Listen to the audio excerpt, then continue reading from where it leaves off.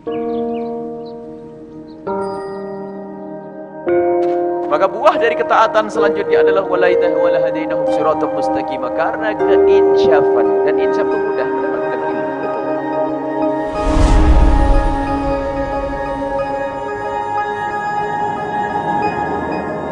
Assalamualaikum warahmatullahi wabarakatuh.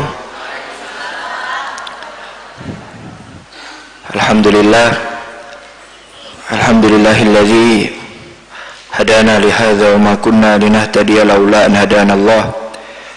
May yahdihillahu fala mudhillalah wa may yudhlil fala hadiyalah.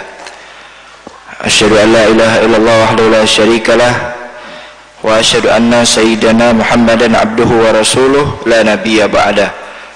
Allahumma shalli wa sallim ala sayyidina Muhammadin wa ala alihi wa sahbihi haqqa qadrihi wa miqdaril azim. Allahumma anfa'na bima 'allamtana wa 'allimna bima yanfa'una. Allahumma zidna ilma warzuqna fahma wa atina al-hikma wa barik lana fi majlisina hadza wa la tada' lana dhanban illa ghafartah wa la hamman illa farajtah wa la daynan illa qadaitah wa la hajatan min hawaijid dunya wal akhirah illa addaitahuma wa yassartahuma lana wal walidina wa li jami' masyayikhina birahmatika ya arhamar rahimin walhamdulillahi rabbil alamin. Amma ba'du. Hadirin hadirat, orang tua kami, bapak ibu sekalian yang kami hormati dan kami muliakan, alhamdulillah di kesempatan pagi ini yang cerah ini Allah Subhanahu wa taala memberikan kita kemudahan untuk hadir di majelis Al-Bahjah. Allah Subhanahu wa taala berikan kita nikmat sehat wal afiat, nikmat yang sungguh tidak ada nilainya. Allah Subhanahu wa taala terlebih khususnya nikmat iman dan Islam.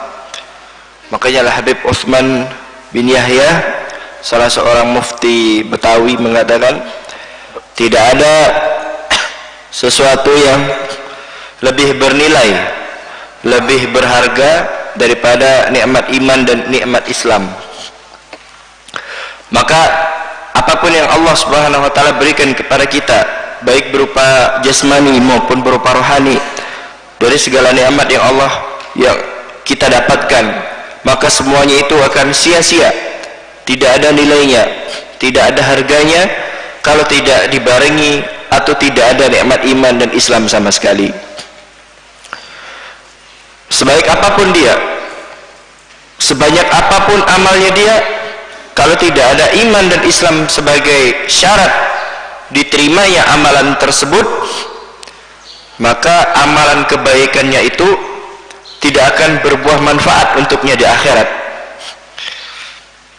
Lalu di mana letak adilnya Allah kalau seperti itu? Jika ada orang non muslim atau orang yang tidak ada iman di hatinya, dia berbuat baik, dia bersedekah, dia menyantuni anak yatim misalnya, berbagai amal kebaikan yang dia lakukan tapi tidak ada iman di hatinya, maka kita katakan justru disinilah letak maha adilnya Allah Subhanahu wa taala.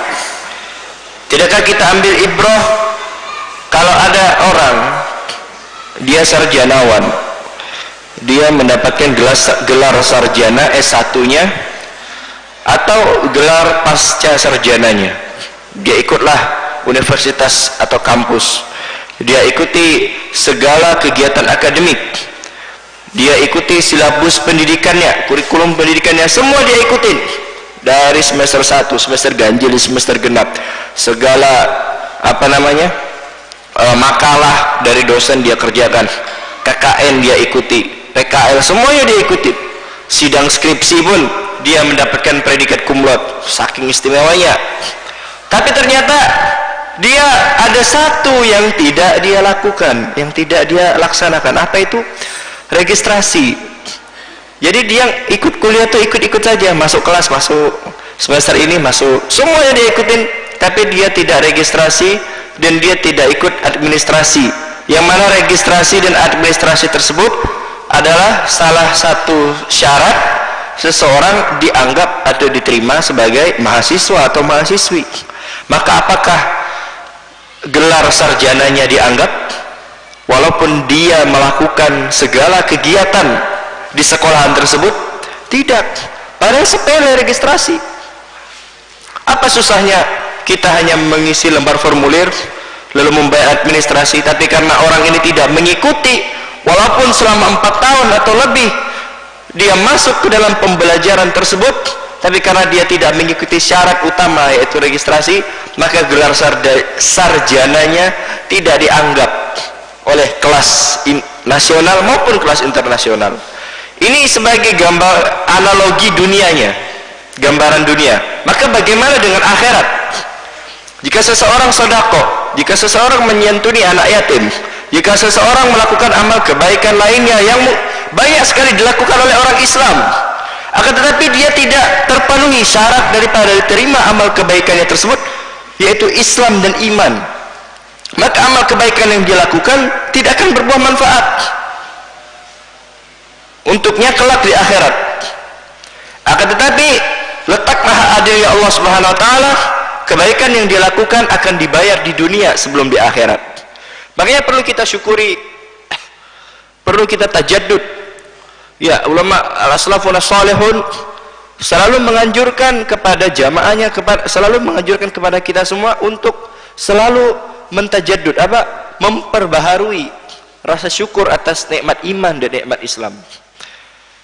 Al-Habib Ali bin Hasan Baharun dalam kitabnya Al-Fawaidul Mukhtarah mengatakan kita ini dianjurkan setiap hari untuk berdoa pagi hari, alhamdulillahi alladzi ahyana ala ni'matil Islam wal iman wa ahyana ala aqidati ahli sunnah wal jamaah.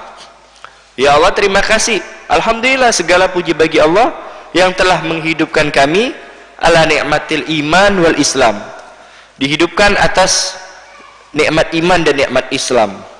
Karena banyak saudara-saudara kita, khususnya yang hidup di era fitnah sekarang ini, mereka yang menggadaikan agamanya hanya untuk sekardus Indomie. Mereka rela menjual agamanya hanya untuk kepentingan duniawi yang bersifat sementara. Yang paginya beriman, sorenya sudah berubah menjadi kafir. Yang sorenya masih beriman, akan tetapi paginya Allah sudah cabut iman yang ada di hatinya. Na'udzubillah. Banyak sekali zaman sekarang ini.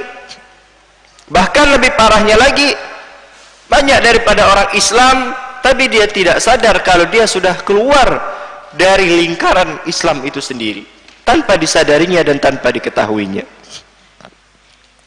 Oleh karenanya Bapak Ibu sekalian, orang tua kami yang kami hormati dan kami cintai, serta seluruh pendengar yang menyaksikan acara ini dimanapun Anda berada, maka akidah ini penting, adalah sesuatu yang harus diprioritaskan secara utama. Jangan pernah meremehkan urusan akidah, jangan pernah menyepelekan urusan akidah, jangan sampai menduakan yang namanya urusan akidah. Walaupun sekolah favorit, apa artinya sekolah favorit?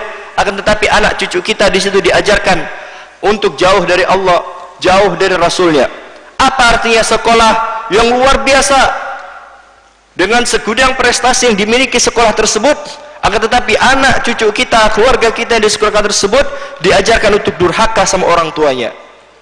Pulang dari sekolah bukannya berbakti kepada orang tua, akan tetapi pulang dari sekolah justru orang tuanya disesatkan, orang tuanya dikafirkan, orang tuanya dijauhkan dari agama Islam. Dan inilah realita yang kita hadapi saat ini. Karena apa? Karena kesalahan kita sendiri. Yang salah memilih pendidikan untuk anak, yang salah memilih memprioritaskan pendidikan daripada akidah. Betul, pendidikan penting, akan tetapi akidah jauh lebih penting, karena akidah inilah yang akan menyelamatkan kita di akhirat nanti. Di dunia sangat penting, maka diprioritaskan oleh ulama. Saking pentingnya, Al-Imam Abu Hanifah menamakan akidah, khusus pembelajaran akidah ini adalah al-fiqhul akbar, yaitu fikih yang terbesar.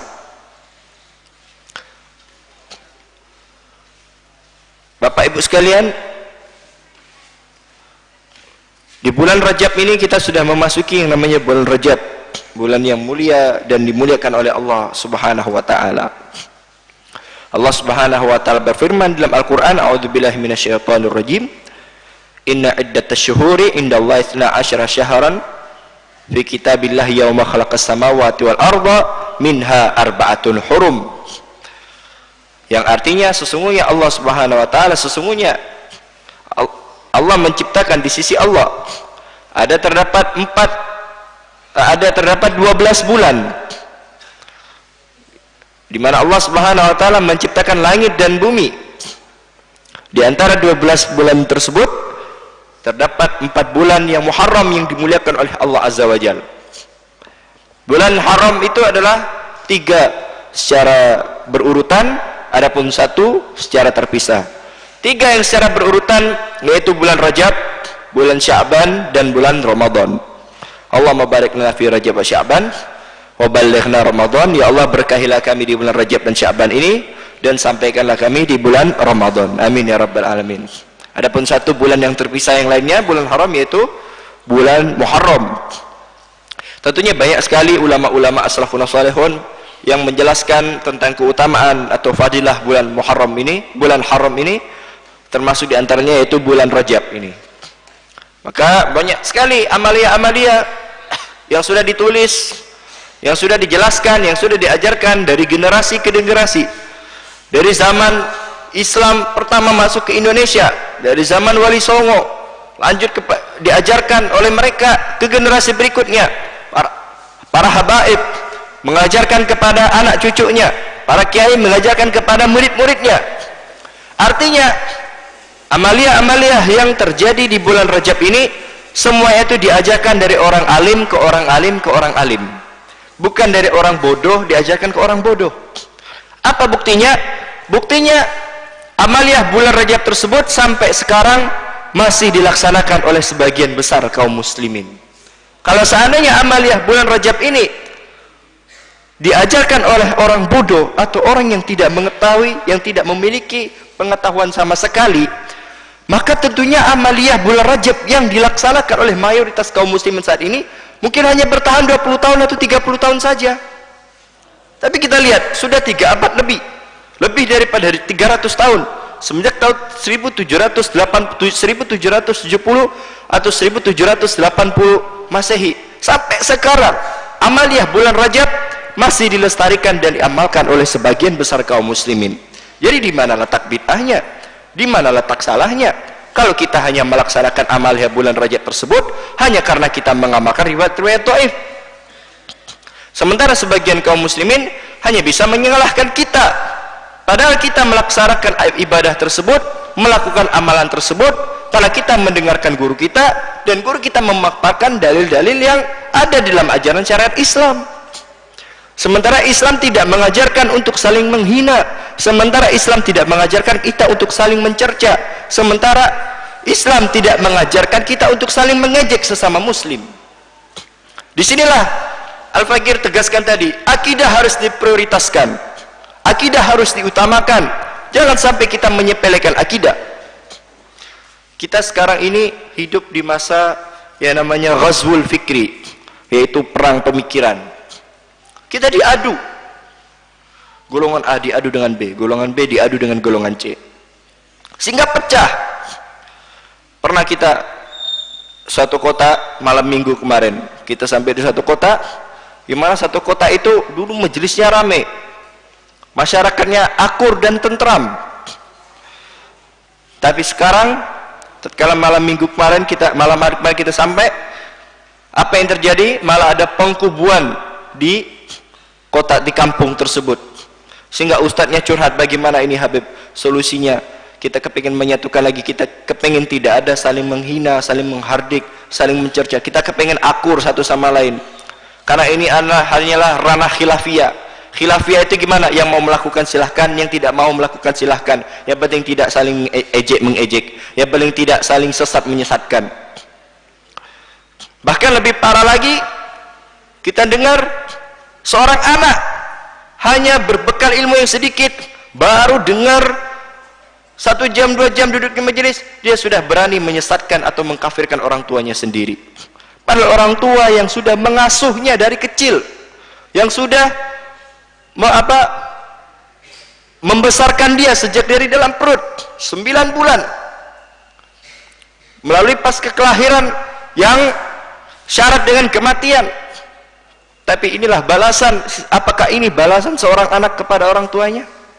Sehingga berani menghina, mencaci maki, bahkan sampai mengkafirkan orang yang sudah membesarkan dirinya sendiri hanya karena tidak sepaham dengan dia.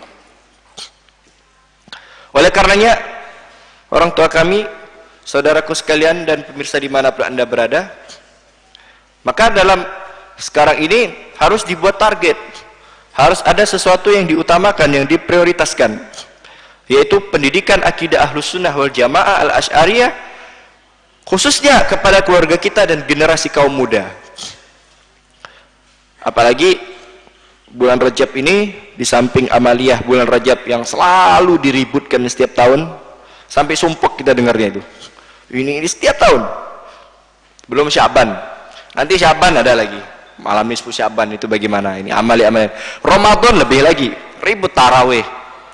Yang ada yang 8 rakaat, ada yang 23 rakaat.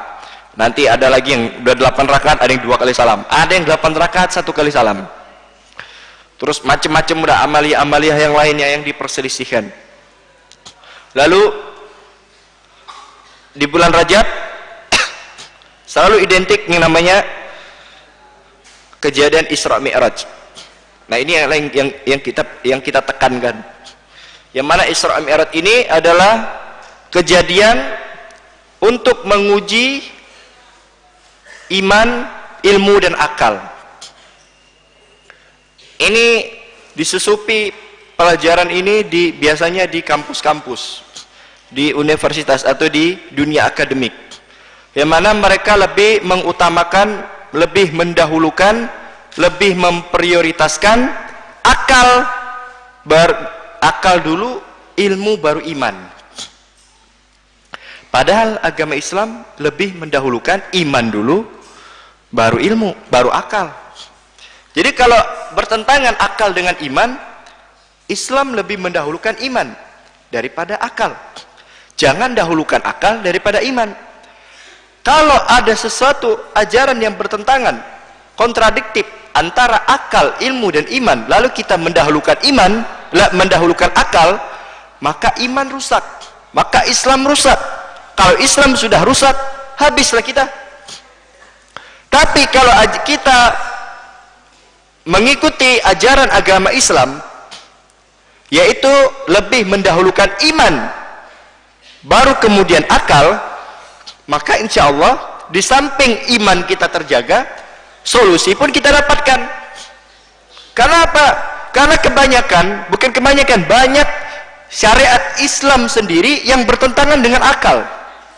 Makanya Imam Ali bin Abi Thalib mengatakan, kalau seandainya laukana hadzal dinu ma'qulan atau kama qala, kalau seandainya agama Islam ini agama yang masuk akal, maka dalam kajian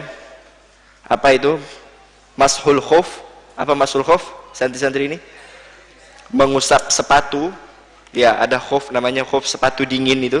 Jadi kalau waktu dingin di Arab kan bukan dingin di sini, ya dingin di sana itu luar biasa dinginnya. Kalau Indonesia panasnya luar biasa. Di Cirebon berapa derajat? 32, 33. Kalau di Pasuruan itu 41, Madura 45. Luar biasa panasnya Indonesia ini. Ya, kembali ke tema tadi, mashul khuf. Maka kalau seandainya agama itu diukur pakai akal, tentunya kalau mashul khuf itu yang dibasuh bawahnya, bukan atasnya. Jadi kalau kita kedinginan, kita wudhu dulu, basahkan kaki, ya kan? Setelah itu dikeringkan, baru kita pakai khuf, ada namanya khuf. Jadi kalau kita pakai khuf, lalu syarat-syaratnya terpenuhi, fikihnya terpenuhi. Jadi kalau misalnya batal kita wudhu selama tidak melewati tempo 1 hari daripada pemakaian itu, atau tempo khuf lah itu ya. Jadi kita nggak perlu basuh kaki, kita basuh sepatunya aja. Tapi yang dibasuh bukan bawah, atasnya. Kalau seandainya agama pakai akal, ngapain kita basuh atasnya? Yang kotor kan bawahnya. Kalau kita pakai sendal, pakai sepatu, mana yang kotor? Bagian atas atau bagian bawah?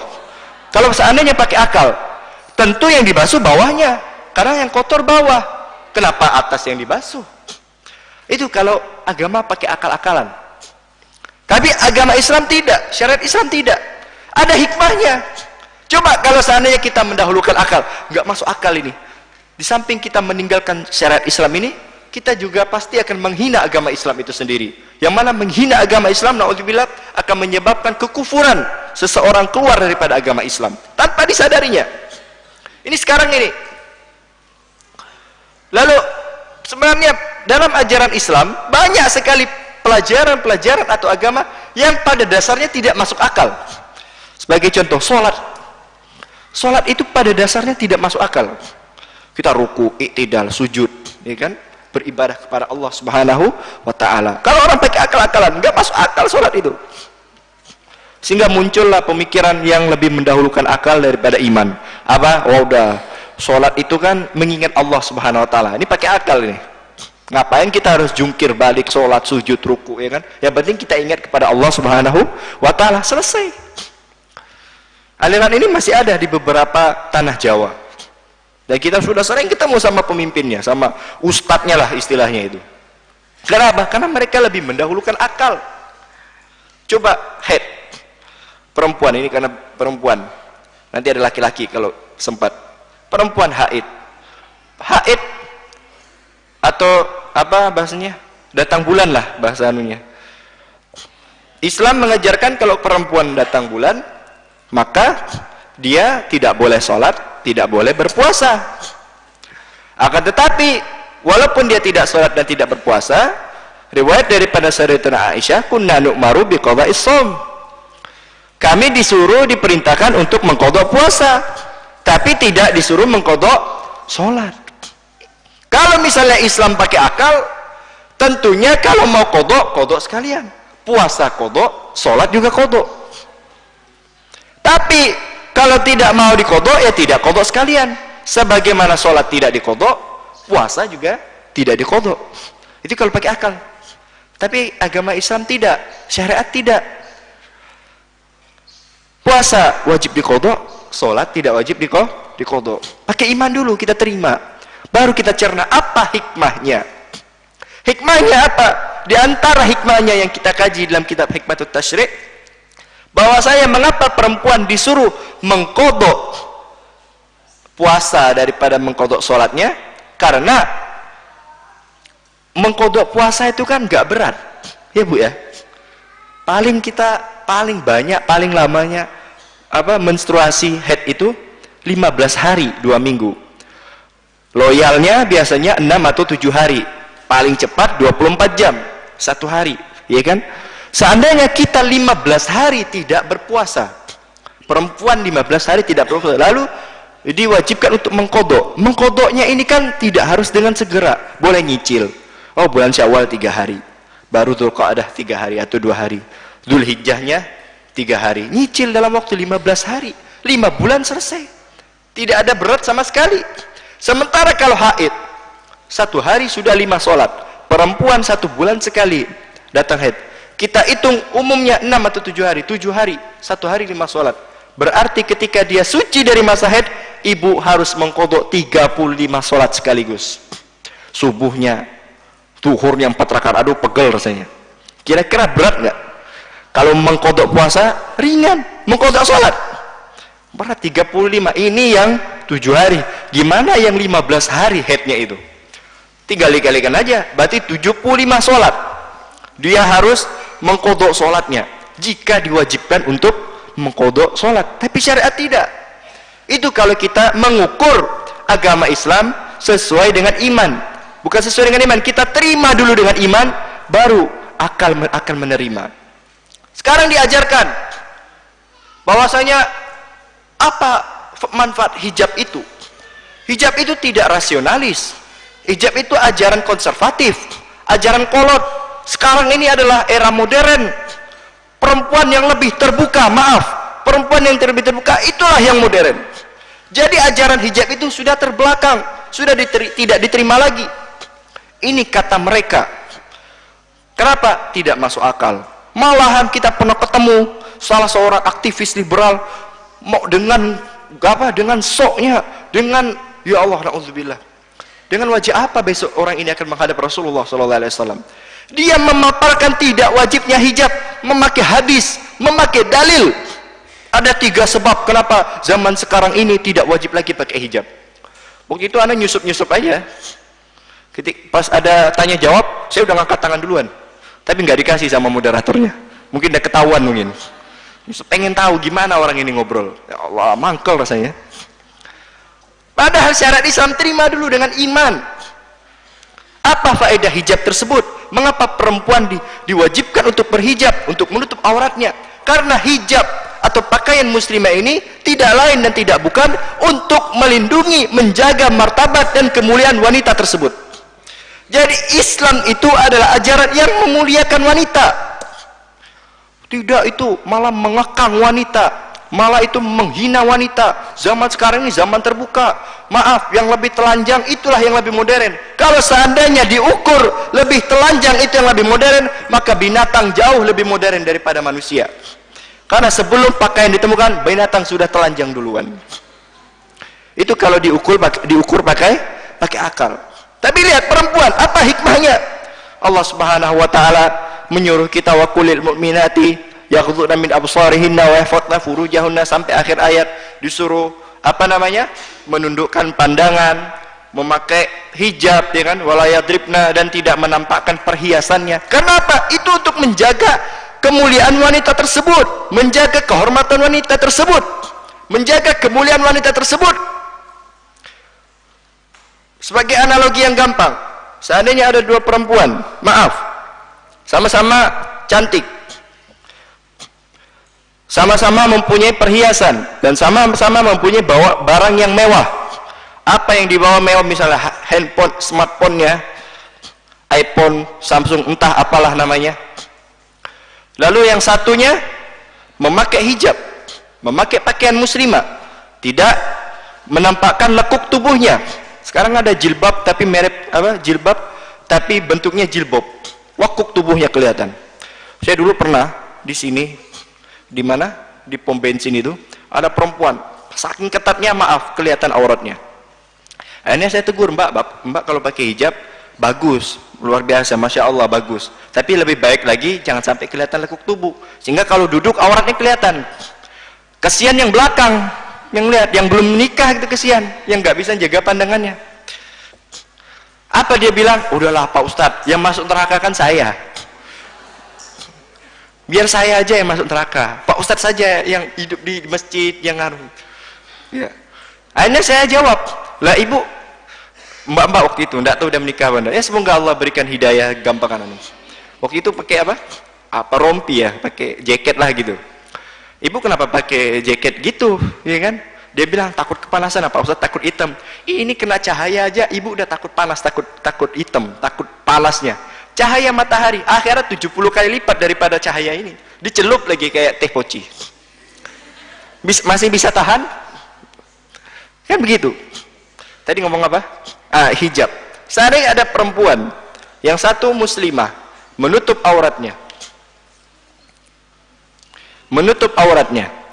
dan yang satunya terbuka, maaf, membuka auratnya, terbuka sehingga kelihatan auratnya.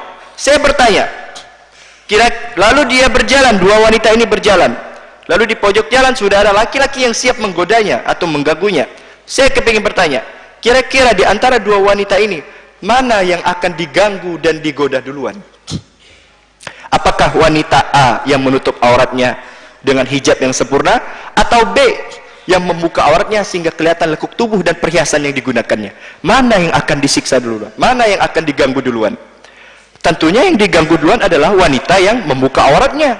Wanita yang menutup auratnya itu akan dijaga oleh Allah Subhanahu wa taala. Dan banyak sekali hikmah-hikmahnya. Kenapa banyak terjadi perceraian zaman sekarang? Karena para laki-laki di sekarang itu tidak suka menjaga pandangannya. Lihat perempuan cakep sendiri dilihat, lihat sendiri dilihat, padahal di sampingnya ada istrinya sendiri. Akhirnya apa? Bosan sama istrinya, terjadilah perceraian. Itulah syarat Islam mengatakan kalau ada perempuan disuruh jaga apa? Mura'ah, dijaga pandangannya. Sehingga kalau melihat istrinya makin hari makin sayang, makin jadi. Sehingga tidak terjadi perceraian. Jadi Islam itu sudah menawarkan solusi. Jangan pernah memandang Islam dari akal, pandanglah Islam dari iman. Inilah yang diajarkan oleh musuh-musuh Islam, agar kita bukan semakin dekat kepada ajaran Islam, tapi mengajarkan kita justru jauh daripada agama Islam. Oleh karenanya, hadirin hadirat sekalian yang kami hormati dan kami cintai, intinya mari kita sama-sama menjaga akidah Ahlus Sunnah wal Jamaah Al-Asy'ariyah ini. Prioritaskan akidah.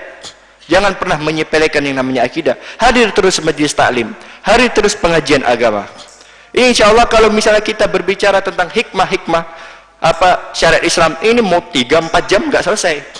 Tapi karena keterbatasan waktu tadi sebutkan ya kan, perempuan memakai hijab, lalu mengapa disyariatkan untuk menjaga pandangannya dan macam-macam ini. Mengapa laki-laki kalau masalah warisan bagiannya 2, perempuan 1. Mengapa kalau akikah laki-laki itu 2 kambing, perempuan 1 kambing. Ini nggak adil nih kalau akal-akalan ini. Perempuan 1, laki-laki 2 warisan. Enak nemen laki-laki banyak. Mengapa kalau keluar maghrib ya kan laki-laki sampai jam 9 malam di perempuan maghrib, azan maghrib aja orang tuanya udah ngomel-ngomel. Kamu ini nak, ini dekat maghrib entar diculik setan loh. Kata orang dulu itu. Kalau kita berbicara itu semuanya Islam sudah menawarkan solusinya. Asalkan kita mau menerima dengan iman dulu. Jangan pakai akal-akalan dulu. Oleh karenanya mungkin sampai di sini yang bisa kami sampaikan. Mudah-mudahan ada manfaatnya dan semoga kita bisa bertemu lagi di lain waktu dengan bertambahnya iman dan agama Islam kita dijaga oleh Allah Subhanahu wa taala, akidah kita dijaga oleh Allah Subhanahu wa taala dengan nikmat sehat wal afiat. Allah jaga kita semua dan jaga keluarga kita, anak cucu keturunan kita. Semoga apa yang saya sampaikan ini bermanfaat untuk semuanya. Apabila ada benar itu datangnya dari Allah, dan apabila ada salahnya itu datangnya dari saya sendiri. Mohon maaf apabila ada kekeliruan kata atau perkataan yang tidak enak menyinggung perasaan atau sikap yang tidak beretika, saya mohon maaf. Wassalamualaikum warahmatullahi wabarakatuh. Maka buah dari ketaatan selanjutnya adalah walahadainahum siratal mustaqim, karena keinsyafan, dan insyaf itu mudah.